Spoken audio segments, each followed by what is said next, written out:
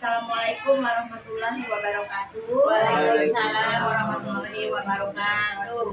Ya, baik, terima kasih sebelumnya yang terhormat Ibu Kepala Sekolah SDN Pejaten Timur 11 yang mewakili Ibu Wakil Kepala Sekolah yaitu Bu Cahyati, rekan-rekan sejawat, teman-teman saya yang saya banggakan. Mohon izin sebelumnya saya di sini ingin menyampaikan atau diseminasi modul 1.4 yaitu budaya positif. Yang mana di sini saya bukan untuk menggurui atau mengajari Bapak Ibu, tapi di sini saya hanya ingin meng-share atau materi yang saya dapat dari pendidikan guru penggerak ini. Baik, untuk mempersingkat waktu, kita buka dari menyanyikan lagu Indonesia Raya. Mohon maaf, silakan berdiri.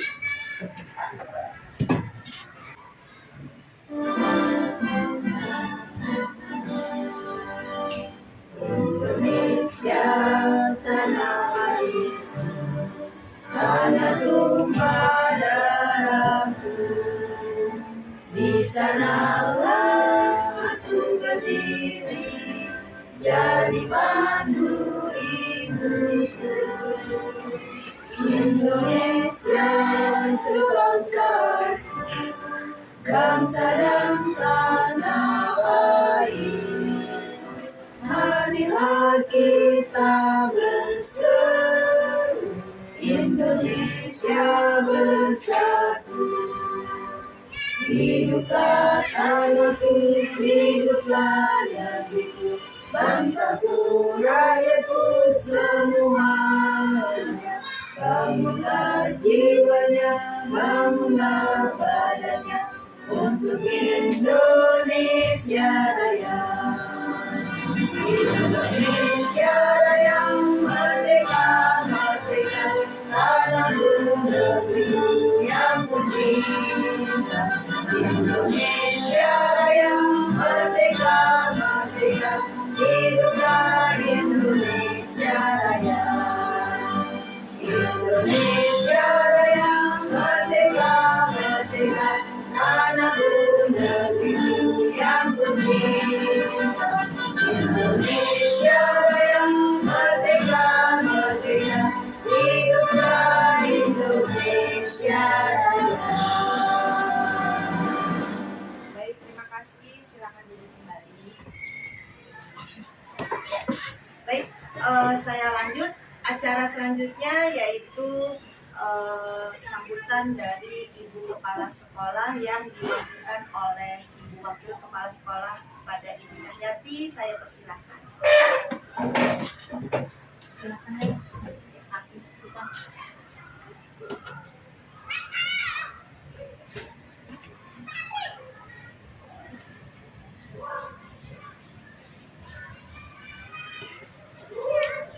Bismillahirrahmanirrahim.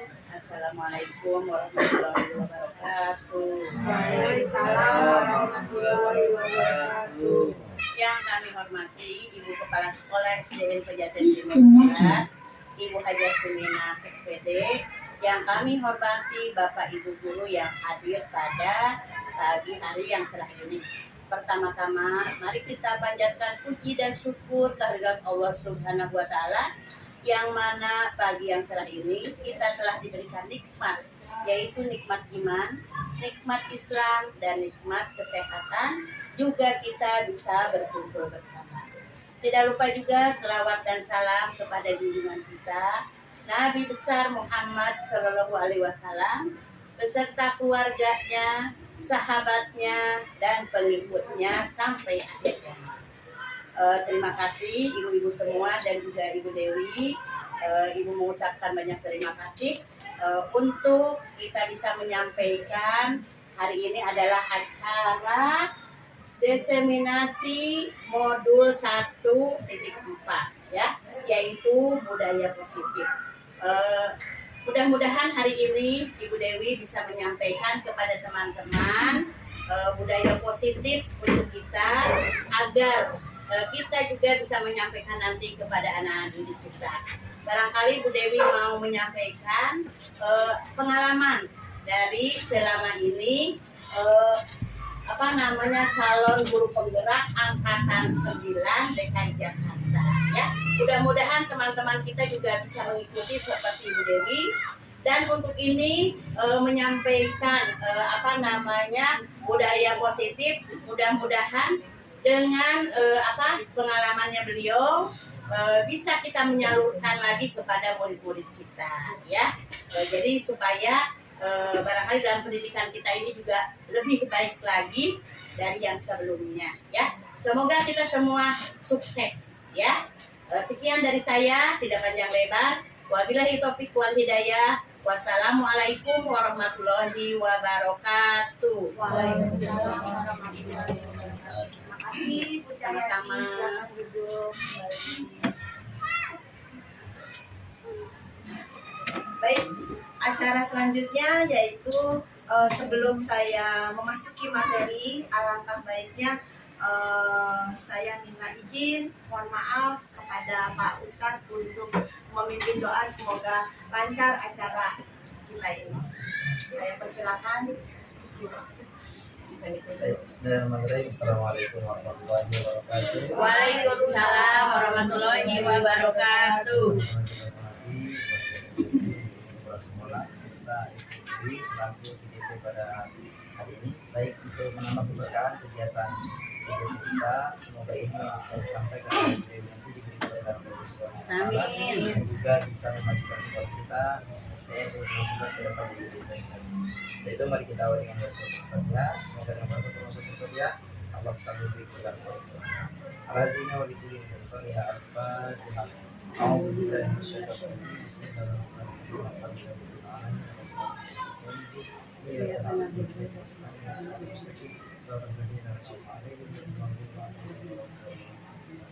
أعوذ بالله من الشيطان الرجيم بسم الله الرحمن الرحيم الحمد لله رب العالمين اللهم صل على سيدنا محمد وعلى آل سيدنا محمد اللهم إنا نسألك علما نافعا وقلبا زكيا وعملا صالحا ورزقا واسعا حلالا طيبا اللهم ربنا تقبل منا انك انت السميع العليم وتب علينا انك انت التواب الرحيم ربنا اتنا في الدنيا حسنه وفي الاخره حسنه وقنا عذاب النار والحمد لله رب العالمين. Terima kasih. Assalamualaikum warahmatullahi wabarakatuh. Waalaikumsalam warahmatullahi wabarakatuh. Terima kasih kepada Pak Ustadz. Silakan duduk kembali. Baik, untuk acara selanjutnya untuk mempersingkat waktu acara ini, saya ingin menyampaikan hasil dari materi yang saya pelajari di pendidikan guru penggerak, yaitu diseminasi modul 1.4 budaya positif. Baik, sebelum kita memasuki materi-materi tersebut, kita bisa lihat ya Bapak Ibu, tujuan pendidikan kita menurut Ki Hajar Dewantara. Ya, menurut Ki Hajar Dewantara, yaitu tujuan pendidikan adalah menuntun segala kodrat yang ada pada murid atau anak agar mereka dapat mencapai keselamatan dan kebahagiaan yang setinggi-tingginya, baik sebagai manusia maupun sebagai anggota masyarakat. Jadi, sebab itu pendidik hanya dapat menuntun tumbuh atau hidupnya kekuatan kodrat yang ada pada anak-anak agar dapat memperbaiki lakunya, bukan dasarnya, hidup dan tumbuhnya kekuatan kodrat anak. Baik, itu tujuan menurut Ki Hajar Dewantara. Nah, seperti yang tadi saya sampaikan di awal, di sini saya akan share tentang budaya positif. Nah, jadi kita harus tahu dulu budaya positif di sekolah. Budaya positif itu apa sih? Baik, di sini saya menuliskan budaya positif di sekolah yaitu nilai dari kebiasaan di sekolah yang berpihak pada murid agar mereka dapat berkembang menjadi pribadi yang kritis, penuh hormat, dan bertanggung jawab sesuai dengan profil pelajar Pancasila. Nah, nanti yang akan saya sampaikan di sini ya, tentang konsep utama budaya positif. ada 7 materi yang saya sudah dapatkan dari pendidikan guru penggerak. Yang pertama yaitu perubahan paradigma belajar. Jadi kita kalau kita ini budaya positif ini, kita harus juga merubah paradigma belajar kita, ya. Nanti akan saya jelaskan. Lalu yang kedua yaitu disiplin positif dan nilai-nilai kebajikan universal. Lalu yang ketiga motivasi perilaku manusia. Yang keempat tentang keyakinan kelas. Dan yang kelima kebutuhan dasar manusia. Yang keenam restitusi posisi kontrol guru. Dan yang terakhir segitiga restitusi. Ya, materi yang pertama ya di sini perubahan paradigma belajar. Nah, di sini dalam membangun budaya positif, ya, perubahan paradigma belajar ini sangat mempengaruhi sekali. Ya, sekolah dapat menyediakan lingkungan yang positif, aman, dan nyaman agar siswa bisa mampu berpikir, bertindak, dan mencipta dengan merdeka, ya, mandiri dan bertanggung jawab. Ya, kita lihat di sini menurut Dr. William Glasser, ya, perubahan paradigma teori kontrol atau ilusi kontrol, ya, yaitu yang pertama ilusi guru mengontrol murid, ya. Jadi kita tetap berfokus, intinya kita berfokus pada murid ya Bapak Ibu, seperti tujuan pendidikan kita menurut Hajat Dewantara. Lalu yang kedua ilusi bahwa semua penguatan positif efektif dan bermanfaat. Yang ketiga ilusi bahwa kritik dan membuat orang merasa bersalah dapat menguatkan karakter. Dan yang keempat, ilusi bahwa orang dewasa memiliki hak untuk memaksa. Nah, materi yang kedua, kita masuk materi kedua yaitu disiplin positif. Apa makna disiplin? Baik, sebelum saya lanjut, kira-kira Bapak Ibu mohon maaf ada yang bisa tahu mungkin makna disiplin itu apa sih? Disiplin itu bagaimana Bu Sesa? Taat aturan. Taat aturan. Tuh. Gimana Bu Tuti? Tertib. Baik. Bertanggung jawab. Bertanggung jawab. Baik. Tepat waktu. Ya, disiplin. Baik. Terima kasih Bapak Ibu. Baik. Nah, terima kasih. Sekarang kita lihat apa itu disiplin. Kita lihat dulu makna dari kata disiplin itu, yaitu berasal dari bahasa Latin, ya, yaitu disiplina yang artinya belajar. Kita belajar. Tadi yang Bapak Ibu sebutkan sudah betul, ya, ada bertanggung jawab, tertib, tepat waktu, ya. Nah, di sini makna asal dari kata berkonotasi dengan disiplin diri dari murid-murid Socrates. Ini menurut Socrates dan Plato, ya. Lalu disiplin diri membuat orang menggali potensinya menuju sebuah tujuan apa yang dia hargai. Nah, nanti kita ada contohnya ya. Lalu namun di dalam budaya kita ini makna kata disiplin telah berubah menjadi sesuatu yang dilakukan seseorang pada orang lain untuk mendapatkan kepatuhan. Ya, betul.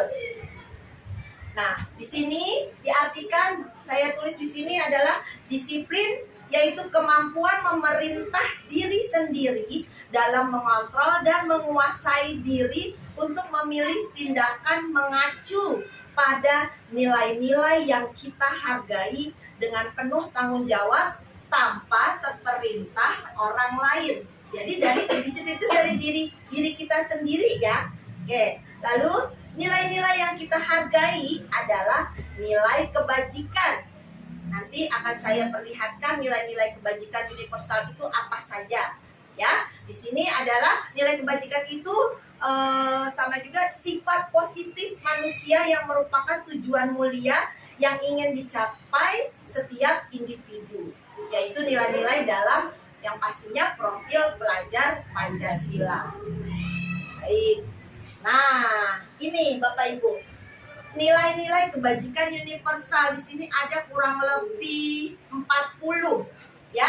Di situ ada peduli, ada rajin, integritas, rasa hormat, keterus-terangan, keberanian, kebahagiaan, tanggung jawab, kebersihan, kesantunan, keadilan, pengabdian, komitmen, kreatif, baik hati, bijaksana, belas kasih, semangat, kesetiaan, bersyukur, percaya diri, kedermawan, berprinsip, toleransi, belas kasih, kejujuran, bersahaja, percaya, bertujuan, dermawan, keteraturan, lurus hati, tenggang rasa, harga diri, kedamaian, ketegasan, gotong royong, rendah hati, keteguhan hati, dan pengertian. Baik, nanti Bapak Ibu bisa paham nanti pada murid-muridnya nih nilai-nilai kebajikan universal apa kepada murid kita. Oke, lanjut. Oke, lanjut materi yang ketiga ya. Materi yang ketiga yaitu teori motivasi perilaku manusia. Nah, di sini ya, perilaku manusia untuk yang pertama untuk menghindari ketidaknyamanan atau hukuman. Di sini yang dimaksud adalah seseorang berperilaku untuk menghindari permasalahan yang mungkin muncul dan berpengaruh kepada mereka secara fisik, psikologis, ataupun tidak terpenuhinya kebutuhan mereka bila mereka tidak melakukan tindakan itu. Nah, di sini kalau bila mana tidak terpenuhi kebutuhan, nanti kita akan bahas juga kebutuhan dasar manusia bila mana tidak terpenuhi. Lalu yang kedua, motivasi perilaku manusia di sini yaitu untuk mendapatkan imbalan atau penghargaan dari orang lain. Yang dimaksud di sini adalah seseorang berperilaku untuk mendapatkan pujian, hadiah, atau imbalan dari orang lain yang menurut mereka penting dan mereka letakkan dalam dunia berkelas mereka. Nah, di sini motivasinya jadi kita ada imbalannya. Oh iya, ini saya begini nanti akan dapat pujian nih. Maunya dipuji, maunya dapat hadiah.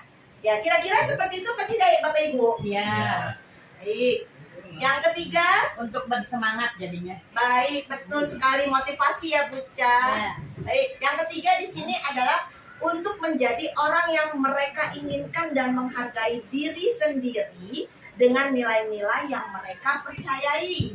Nah, di sini yang dimaksud yaitu orang melakukan sesuatu karena nilai-nilai yang mereka yakini dan hargai, membuat motivasi ini orang mempunyai disiplin positif karena motivasinya bersifat internal. Baik, itu adalah motivasi perilaku manusia. Nah, kita masuk ke hukuman dan sanksi atau konsekuensi. Di sini mohon maaf ada kasus ya, baik saya bacakan dulu. Iva kurang menguasai pelajaran matematika. Sehingga pada saat pelajaran tersebut berlangsung, dia lebih banyak berdiam diri atau menggambar di buku pelajarannya. Pada saat guru matematikanya Pak Seno menanyakan pertanyaan, Iva menjadi gugup. Nah, tiba-tiba Iva gugup dan tak sengaja menjatuhkan tasnya dari kursi, serta tiba-tiba menjadi gagap pada saat berupaya menjawab. Seluruh kelas pun tertawa melihat perilaku Iva yang bicara tergagap dan terkejut. Pak Seno pada saat itu membiarkan teman-teman Iva menertawakan. Nah, di sini kita lihat gurunya membiarkan murid tersebut, si Iva menertawakan Iva yang tergagap dan malu yang sangat luar biasa. Nah, di sini malahan minta Iva untuk maju ke depan dan berdiri di depan kelas sambil menunjuk hidungnya karena tidak bisa menjawab pertanyaan Pak Seno. Dan akhirnya kelas semakin gaduh dan anak-anak pun tertawa melihat Iva di depan kelas memegang ujung hidungnya. Baik, di sini sudah jelas kasusnya. Mohon maaf Bapak Ibu, ada pertanyaan nomor 1. apakah Anda setuju dengan tindakan Pak Seno terhadap Iva? Silakan yang bisa menjawab Bapak Ibu dari kasus yang saya ini. Apakah Anda setuju dengan tindakan Pak Seno terhadap Iva? Iva ditertawakan, dibuat malu. Tidak. Bagaimana? Tidak setuju. Tidak setuju. Mengapa tidak setujunya? Termasuk pembulian juga itu. Baik, terima kasih Bu Nur. Termasuk pembulian. Termasuk pembulian. Baik, ada ini lain lagi, jawaban lain? Maksudnya kalau seperti itu tidak boleh, kan namanya banyak teman ya, kan dia juga bisa malu gitu rasanya. Kalau bisa kan dipanggil aja. Betul. Dipanggil empat mata ya Bu Ca. Jadi tidak. Ini malah disuruh maju ke depan kelas dan jadi dipermalukan di depan teman-temannya. Baik, terima kasih. Terima kasih Bu Ca dan Ibu Nur dan teman-teman lain. Baik, pertanyaan kedua selanjutnya. Menurut Anda, tindakan Pak Seno terhadap Iva adalah sebuah hukuman atau konsekuensi? Yuk, Iva disuruh maju ke depan. Menurut Bapak Ibu di sini, tindakan Pak Seno sebagai guru matematika terhadap Iva hukuman atau konsekuensi? Hukuman, ya. Hukuman ternyata. Baik, mengapa? Kenapa dinamakan hukuman? Kok bukan konsekuensi? Sebelumnya sudah ada kesepakatan belajar belum? Belum ada. Sebelumnya belum ada kesepakatan. Baik, ya betul sekali. Di sini karena di kelasnya belum ada kesepakatan belajar ya. Baik Bu Sesa, terima kasih. Ya, jawaban yang bagus. Baik, sekarang kita lanjut lagi masih tentang hukuman dan sanksi. Iya, pintar Bu Sesa. Tepuk tangan semuanya. Oke, lanjut. Nah, di sini ada tabel hukuman dan sanksi konsekuensi, ya. Mohon maaf mungkin agak terlalu kecil, saya sekilas saja. Ini kalau identitas yang gagal, hukumannya itu misalnya sesuatu yang menyakitkan harus terjadi, tidak nyaman untuk murid atau anak untuk jangka waktu panjang, korban mendapatkan keadilan, dan begitu sebagainya ya. Nih Bapak Ibu nanti bisa saya share. Lalu ini yang gagal ya. Nah, yang sukses, identitas yang sukses yaitu konsekuensi dan restitusi. Di situ ada ya, kalau yang konsekuensinya sesuatu harus terjadi, lalu tidak nyaman untuk murid anak untuk jangka waktu pendek, ya, korban bisa diabaikan. Nah, itu saya ambil salah satunya. Lalu restitusinya. Restitusi adalah merupakan pilihan. Nanti kita di akhir materi akan saya sampaikan juga masalah segitiga restitusi yang sangat bermanfaat untuk Bapak Ibu. Baik, lanjut. Nah, di sini Bapak Ibu bisa lihat dihukum karena penghargaan. Dihukum karena penghargaan. Nomor 1, memberikan pengaruh jangka pendek dan jangka panjang. Kira-kira menurut Bapak Ibu kalau misalnya murid kita dihukum itu menyelesaikan masalah atau tidak ya? Dihukum misalnya terlambat sekolah, terlambat datang masuk kelas, Tidak menyelesaikan masalah. terus dihukum terus tuh, kira-kira menyelesaikan masalah terus tuh hukuman itu? Tentunya tidak. Ya, baik Bapak Ibu, ya. Jadi memberikan pengaruh jangka pendek dan jangka panjang. Baik, yang kedua, penghargaan tidak efektif. Betul? Betul. Di sini penghargaan tidak efektif. Nah, ya. Lalu yang ketiga, penghargaan merusak hubungan. Betul ya? Lalu yang keempat, penghargaan mengurangi ketepatan. Dan yang kelima, penghargaan menghukum. Nah, baik di sini. Nah, kita berlatih, kita hanya menjawab hukuman atau konsekuensi. Yuk, kita sama-sama ya. Saya bacakan. Yang pertama, lari mengelilingi lapangan basket 2 kali karena terlambat hadir sekolah. Hukuman. Oke, nanti kita lihat jawabannya ya. Oke, yang kedua, membersihkan coretan yang dibuatnya di meja tulis.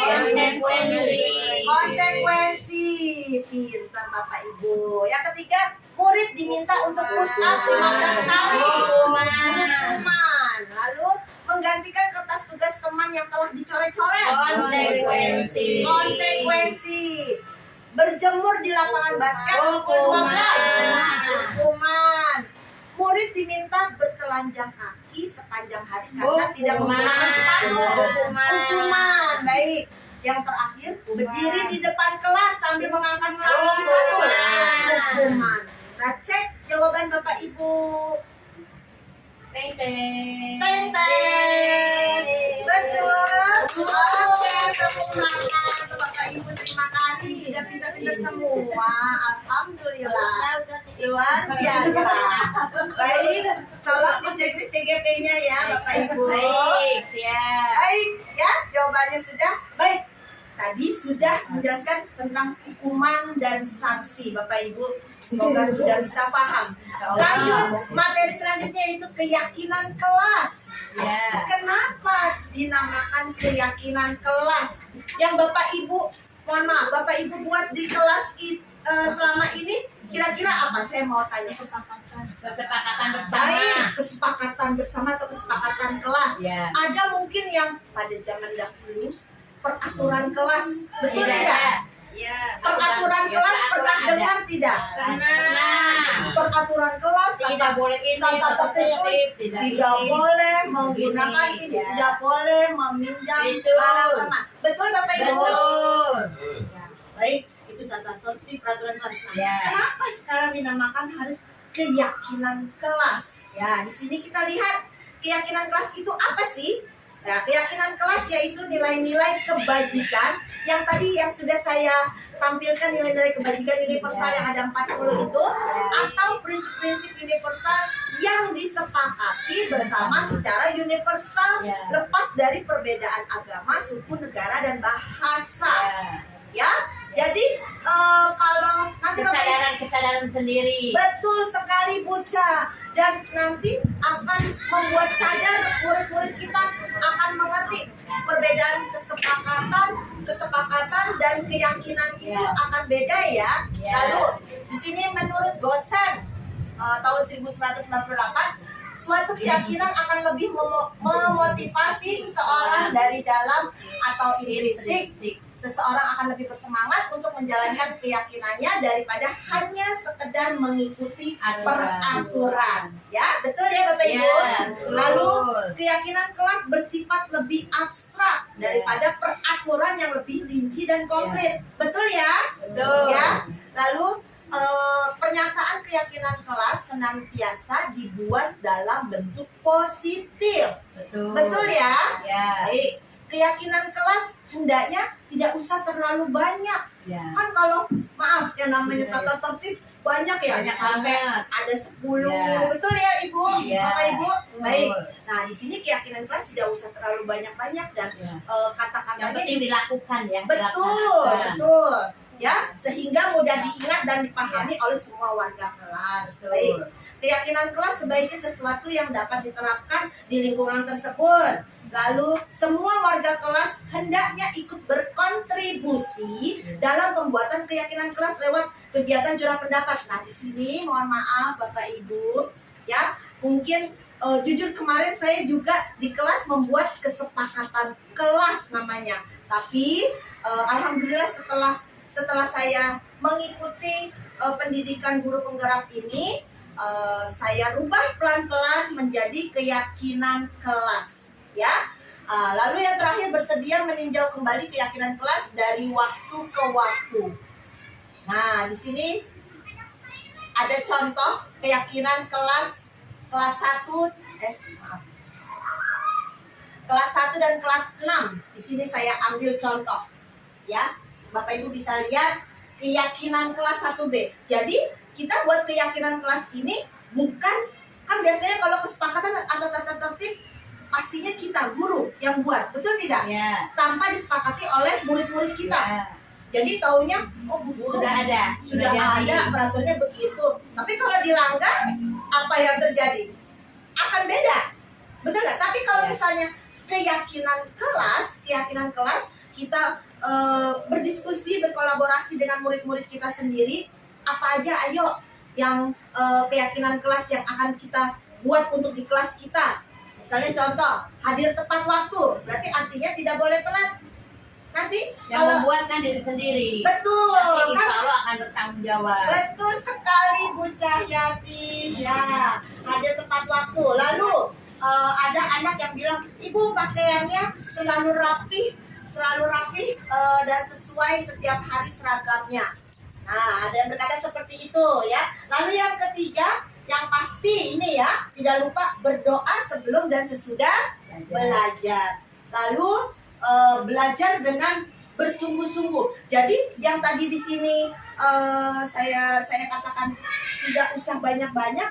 Ya, ini hanya singkat, tidak perlu sampaikan kalau yang namanya peraturan banyak ya bertele-tele gitu ya, mungkin ya Bapak Ibu ya. Nah, di sini lalu mengikuti dan mengerjakan tugas tepat waktu.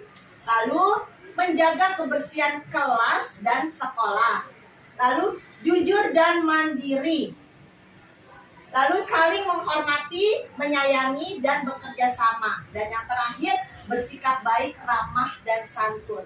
Kira-kira yang saya buat ini sama tidak dalam nilai-nilai kebajikan universalnya tadi? Sama. Jelas ya, berhubungan ya Bapak Ibu ya. Baik, ini contoh yang untuk kelas 1. Nah, di sini saya ambil untuk keyakinan kelas 6. Nah, keyakinan kelas 6 ini mungkin hampir sama ya sama kelas 1. Di sini kira-kira contoh. Mudah-mudahan insya Allah Bapak Ibu setelah ini bisa menerapkan keyakinan kelas ini di kelasnya masing-masing. Karena kan nanti Bapak Ibu sudah insya Allah sudah paham antara kesepakatan dan keyakinan kelas itu. Baik, saya lanjut. Nah, di sini Bapak Ibu untuk contoh, misalnya Bapak Ibu menuliskan peraturan selalu kembalikan buku ke tempatnya. Apa yang termasuk dari nilai kebajikan tersebut? Berarti anak itu bertanggung jawab, ya. Nah, lalu dilarang mengganggu orang lain. Masuk nilai kebajikannya apa? Menghormati orang lain dan diri sendiri. Nah, hadir di sekolah 15 menit sebelum pembelajaran dimulai. Komitmen, masuk, menghormati orang lain. Intinya berkomitmen ya. Betul tidak Bapak Ibu? Baik, dilarang melakukan kekerasan. Masuk nilai kebajikannya keselamatan atau menghormati orang lain. Lalu dilarang menggunakan narkoba.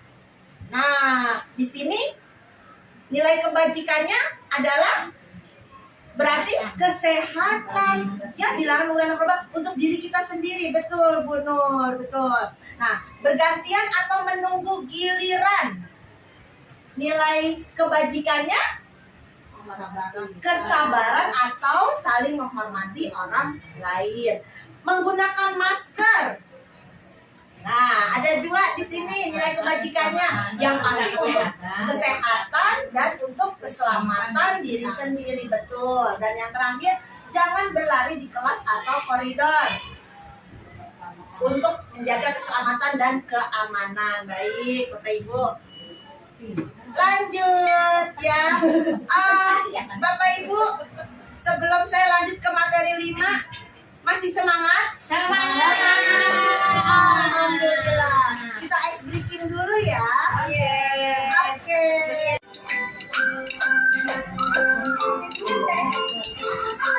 Yuk, kita ice breaking dulu ya.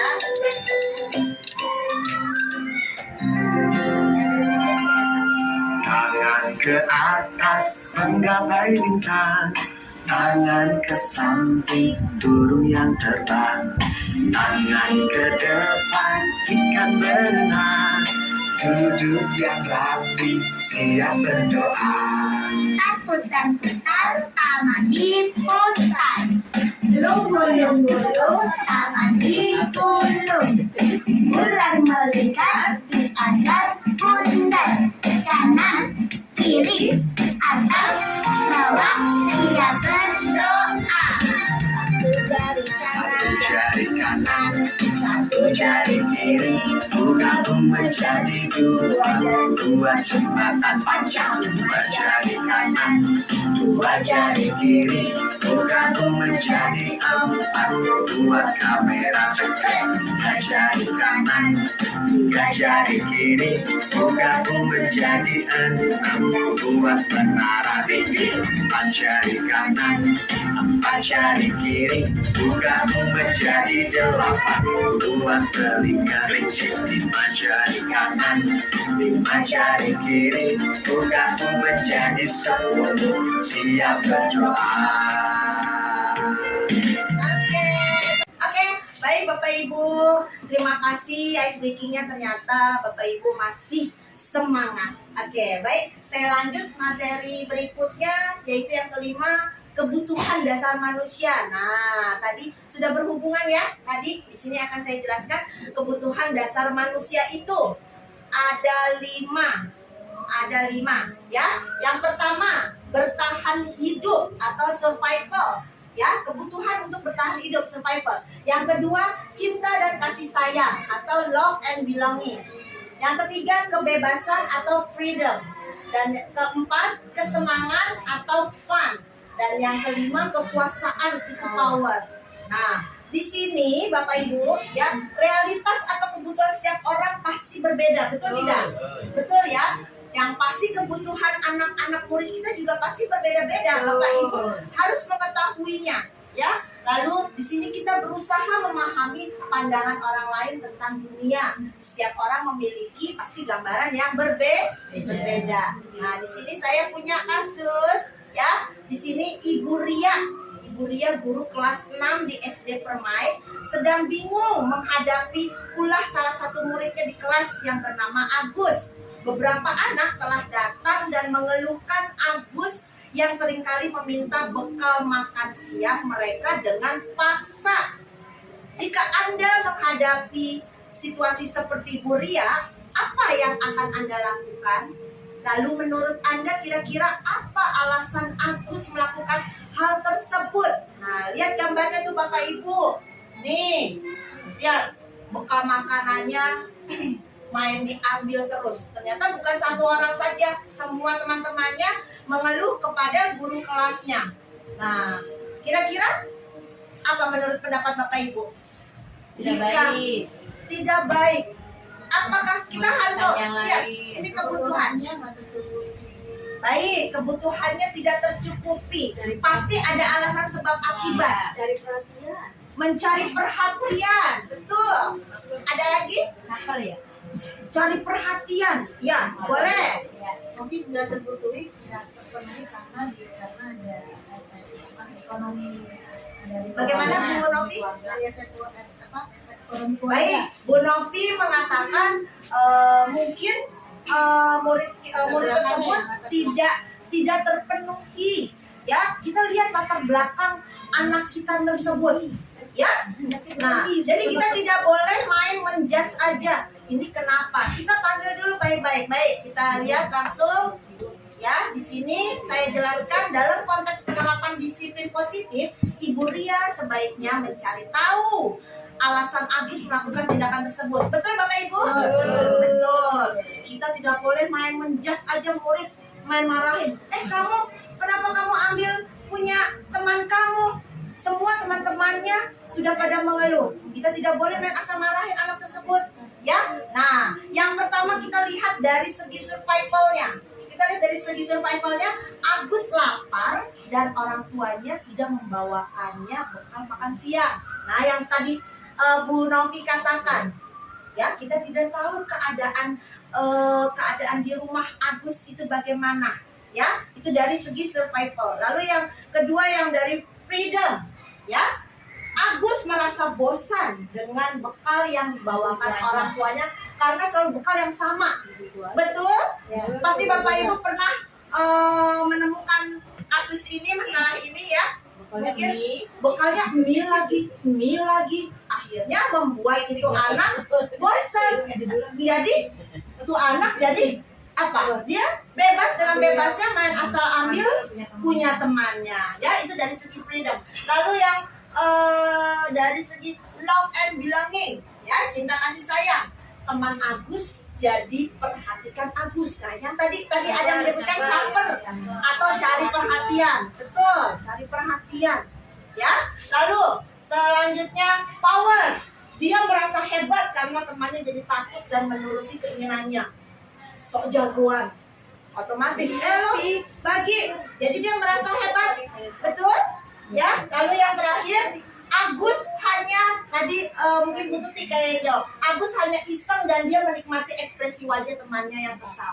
Jadi iseng-iseng aja. Benar nggak Bapak Ibu? Ya. Jadi kita sebelum menyelesaikan masalah murid kita harus tahu kebutuhan dasar murid kita. Jadi jangan asal langsung mengejas, oh ini anak ini begini. Tidak boleh ya Bapak Ibu ya. Baik, lanjut. Ya. Ini materi yang ke-6 yaitu restitusi 5 posisi kontrol. Oke, baik Bapak Ibu, 5 posisi kontrol. Bapak Ibu bisa lihat Posisi ya. penghukum. 2. Posisi pembuat merasa bersalah. 3. Posisi teman. 4. Posisi pemantau atau monitor. Dan 5. Posisi manajer. Untuk lebih memahami kelima posisi tersebut, mari kita saksikan kasus Naren yang terlambat hadir 20 menit di sekolah. Baik, kita lihat videonya. Naren yang terlambat dalam datang ke sekolah tersebut. sebagai posisi penghukum.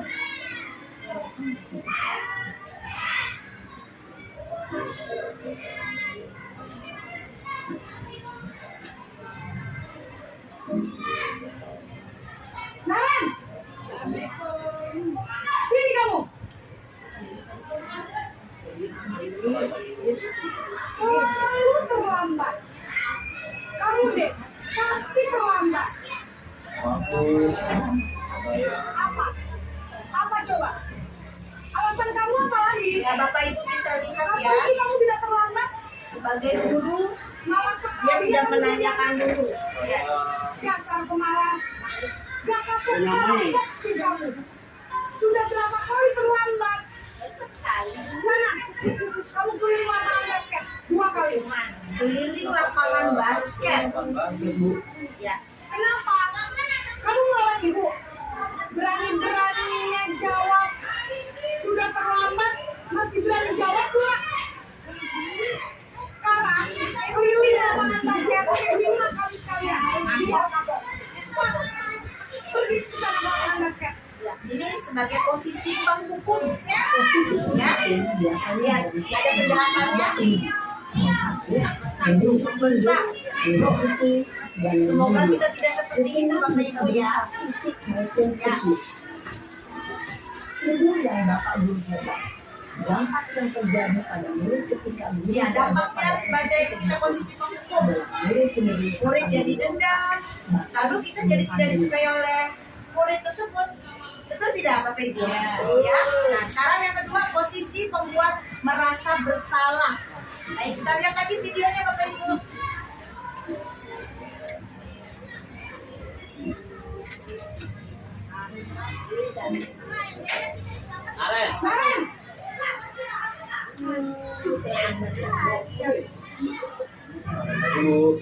Naren, Naren. Kamu kenapa terlambat Posisi lagi, merasa Nak? bersalah. Ya Tuhan, Naren. Kamu senang ya bikin ibu susah ya? Kalau kamu terlambat lagi, nanti ibu yang ditegur bapak kepala sekolah, Nak. Disangka ibu tidak bisa membina kamu. Duh, gimana ini? Maaf Bu, Duh, Gusti Naren. Kamu suka ya kalau ibu tegur bapak kepala sekolah? Terus, sekarang ibu harus tulis apa ini di buku absen? Ini kamu sudah sering terlambat loh. Ibu harus apa coba? maaf Bu, maaf sekali. Ya sudah, lain kali jangan bikin ibu susah lagi ya nak ya. Baik, Bu. Ibu tidak akan kuat lagi kalau kamu begini terus. Bisa jantungan kalau ibu tegur bapak kepala sekolah. Sana cepat, kelas. Maaf ya Bu. Low battery. please charge. Baik, Posisi pembuat rasa bersalah. ini pembuat berbicara merasa dengan bersalah. nada tenang. Bisa dilihat Bapak Ibu penjelasannya. Namun kata-kata yang diutarakan Gurunya lembut sekali tadi. Beda ya sama yang posisi penghukum. memandang buruk Tapi dirinya sendiri, dalam merasa banget ya. tidak berharga, dan tidak sanggup membahagiakan orang lain. Ketika guru mengambil posisi pembuat rasa bersalah, murid akan Low battery, please charge. Murid akan merasa bersalah. Jadi termasuk identitas gagal ya. Tadi yang tadi saya sudah tampilkan. Baik, sekarang yang ketiga, posisi teman. Nah, guru sebagai posisi teman. Kita lihat masih di Naren Bapak Ibu ya.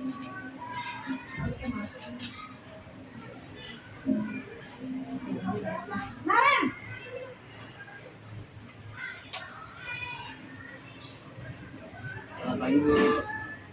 Low battery, please charge.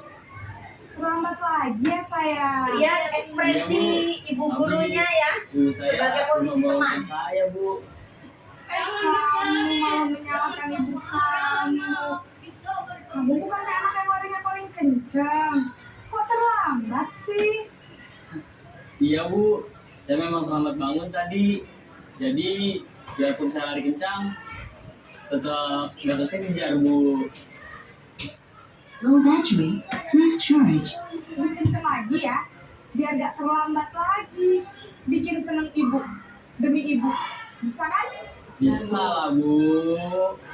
Yang sudah sama Sebagai sekolah. posisi Ibu beresin teman. absen kamu. Lihat ekspresi ibu gurunya beda ya. Low battery, please charge. Power off. Senyumnya renyah.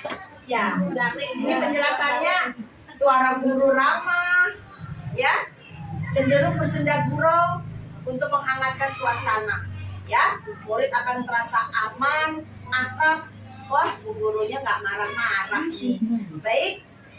Nah, ini termasuk identitas sukses ya tadi ya. Ya. Sekarang dampaknya apa? Dampak posisi teman.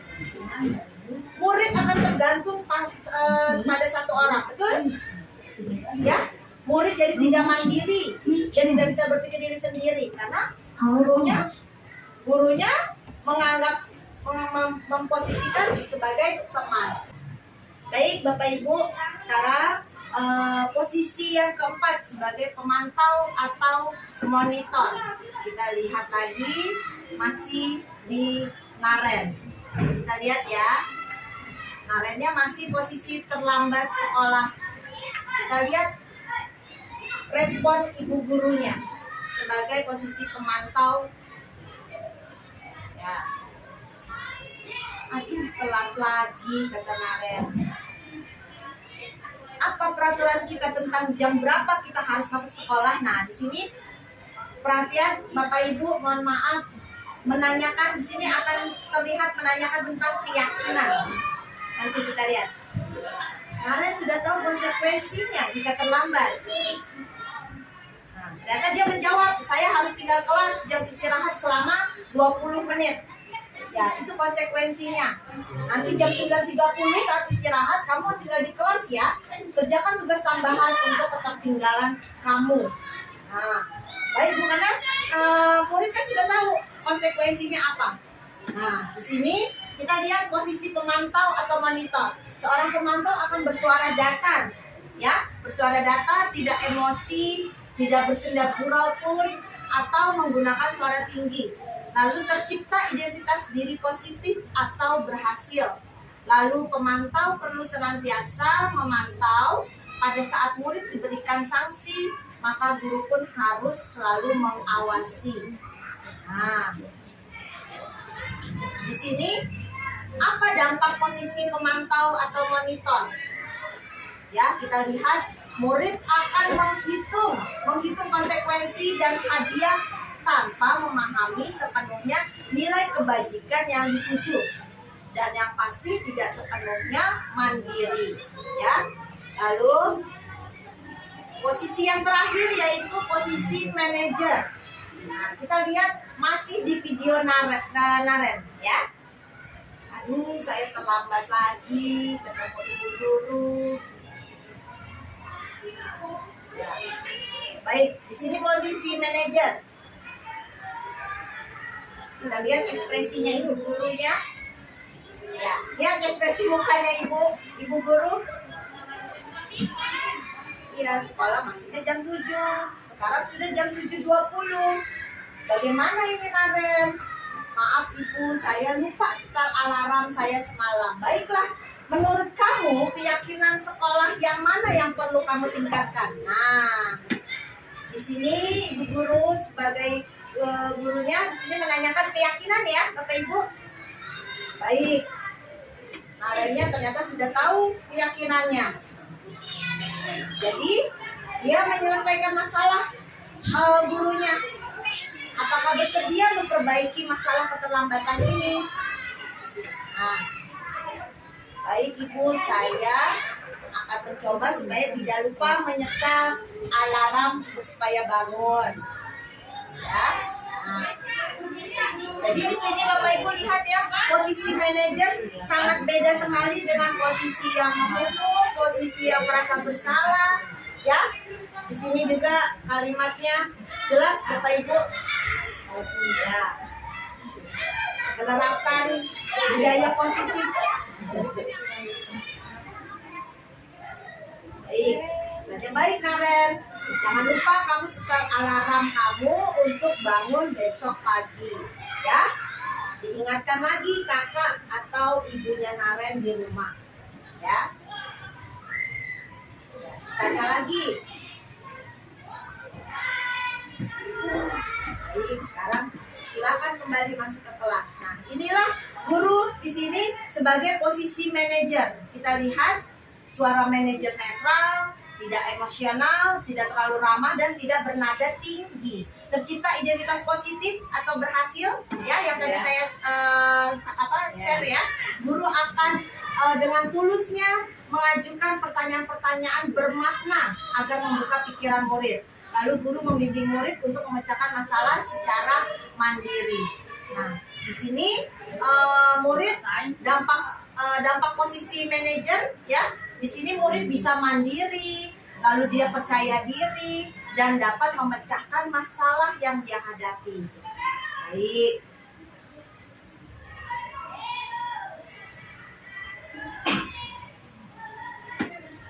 Ya, di sini Bapak Ibu posisi mana kira-kira yang menunjang motivasi intrinsik murid di antara 5 itu? Posisi manajer. Baik.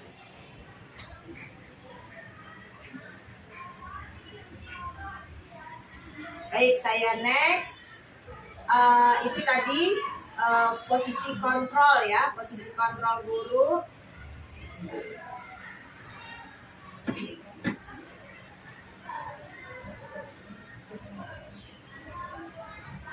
Nah, tadi videonya Bapak Ibu, sekarang penjelasannya posisi kontrol guru. Ini sudah Bapak Ibu lihat sebagai penghukum. Ada kata-kata di sini sebagai penghukum, patuhi aturan saya atau awas. Kamu selalu saja salah. Pasti selalu yang terakhir selesai. Guru seperti ini senantiasa percaya hanya ada satu cara agar pembelajaran bisa berhasil, yaitu cara dia. Nah, ini penghukum. Lalu yang kedua, membuat merasa bersalah. Ibu sangat kecewa sekali dengan kamu. Ya, gurunya sampai membuat muridnya apa? Iya, berurai air mata, agak lebay sedikit ya. Ya, lalu di sini berapa kali Bapak Ibu harus memberitahu kamu ya? Gimana coba kalau orang tua kamu tahu kamu berbuat begini? Terus tadi juga Bapak Ibu bisa lihat videonya. Nanti bagaimana kalau ibu ditegur sama ibu kepala sekolah? Kamu nggak kasihan sama ibu? Betul Bapak Ibu? Ya. Nah, lalu posisi teman. Posisi teman, lihat ada kata, ayo bantulah demi ibu. Nah, ini memposisikan sebagai teman. Ayo, ingat tidak bantuan ibu selama ini? Nah, terus ya sudah, hari ini tidak apa-apa. Nanti ibu bantu bereskan. Itu memposisikan teman. Lalu posisi pemantau. Pemantau di sini kita menanyakan peraturannya apa? apa yang telah kamu lakukan, sanksi atau konsekuensinya apa, ya. Nah, dan yang terakhir adalah posisi manajer. Posisi manajer di sini sudah jelas. Kita pasti akan menanyakan apa yang kita yakini, atau kita kembali lagi kepada keyakinan kelas masing-masing. Lalu apakah kamu meyakininya? Jika kamu meyakininya, apakah kamu bersedia memperbaikinya? Lihat, pertanyaannya bermakna ya Bapak Ibu ya. Lalu, jika kamu memperbaiki, hal ini menunjukkan apa tentang dirimu? Ya. Lalu, selanjutnya apa rencana kamu untuk memperbaiki hal ini? Ya, jelas Bapak Ibu ya. Sebagai posisi manajer di sini, kita pasti mengutarakan pertanyaan yang bermakna. Jadi, untuk kesimpulan dari posisi kontrol guru, dari tujuan dari 5 posisi kontrol guru terhadap murid atau siswa, agar mencapai posisi manajer, di mana pada posisi ini siswa dapat menjadi pribadi yang mandiri, merdeka, dan bertanggung jawab atas segala perilaku dan sikapnya, yang pada akhirnya dapat menciptakan lingkungan yang positif, aman, dan nyaman. Baik, di sini Bapak Ibu nanti bisa lihat ya, nanti saya akan share posisi kontrol, ciri-ciri posisi kontrol restitusi. Ini ada 9 ya. Restitusi bukan menebus kesalahan, tetapi untuk belajar dari kesalahan. Ya, yang kedua, restitusi memperbaiki hubungan. Lalu yang ketiga, restitusi adalah tawaran atau bukan paksaan. Lalu yang keempat, restitusi menuntut untuk melihat ke dalam diri. Lalu restitusi mencari kebutuhan dasar yang mendasari tindakan. Yang keenam, restitusi diri adalah cara yang terbaik. Yang ketujuh, restitusi fokus pada karakter bukan tindakan. Yang kedelapan, restitusi menguatkan. Dan yang kesembilan, restitusi mengembalikan siswa yang berbuat salah pada kelompoknya. Lanjut, materi terakhir yaitu segitiga restitusi.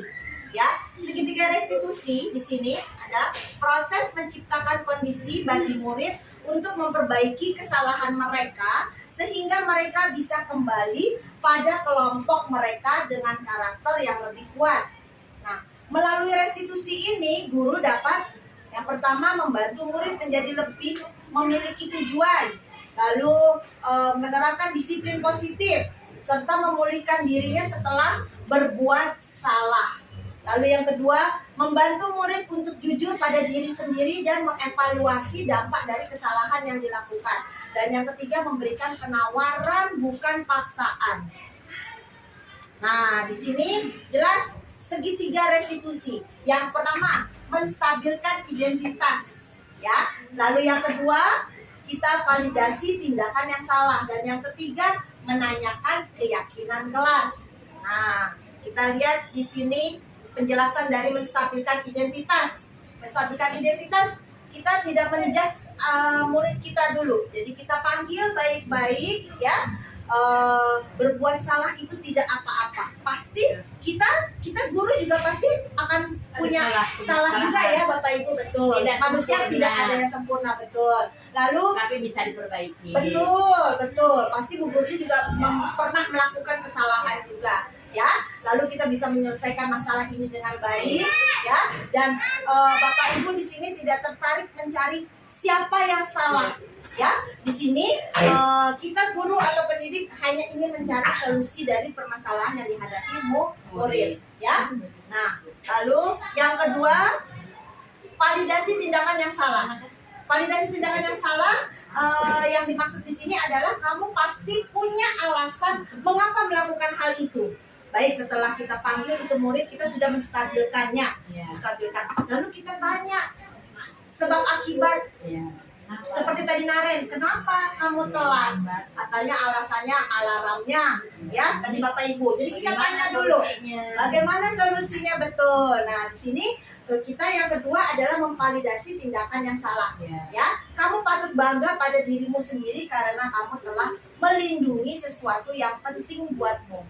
Dan yang ketiga di sini segitiga restitusi yaitu menanyakan keyakinan kelas. Nah, di sini kita sebagai pendidik menyelesaikan solusi kepada murid kita yang bermasalah, pasti menanyakan keyakinan kelas. Apa yang kita percaya sebagai kelas atau keluarga? Lalu apa nilai-nilai umum yang kita telah sepakati? Kita kembalikan lagi kepada murid kita. Kita tanya, kamu masih ingat keyakinan kelas di kelas kita?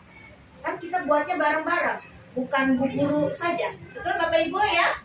Nah, yang selanjutnya, apa bayangan kita tentang kelas yang ideal? Dan yang terakhir, kamu mau jadi orang yang seperti apa? Nah, Terima kasih. Alhamdulillah. Bapak Ibu, baik Bapak Ibu.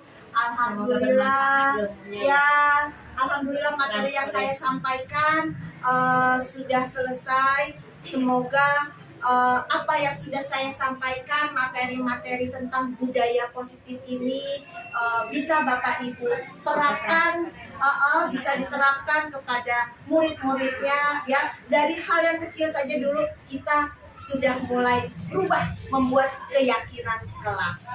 Yuk pelan-pelan kita berubah ya. Semoga materi yang saya sampaikan ini bisa bermanfaat oleh Bapak Ibu. Insya Allah. Baik, mohon maaf jika saya ada salah kata, mohon dimaafkan. Baik, saya akhiri. Terima kasih. Wassalamualaikum warahmatullahi wabarakatuh. Waalaikumsalam warahmatullahi wabarakatuh.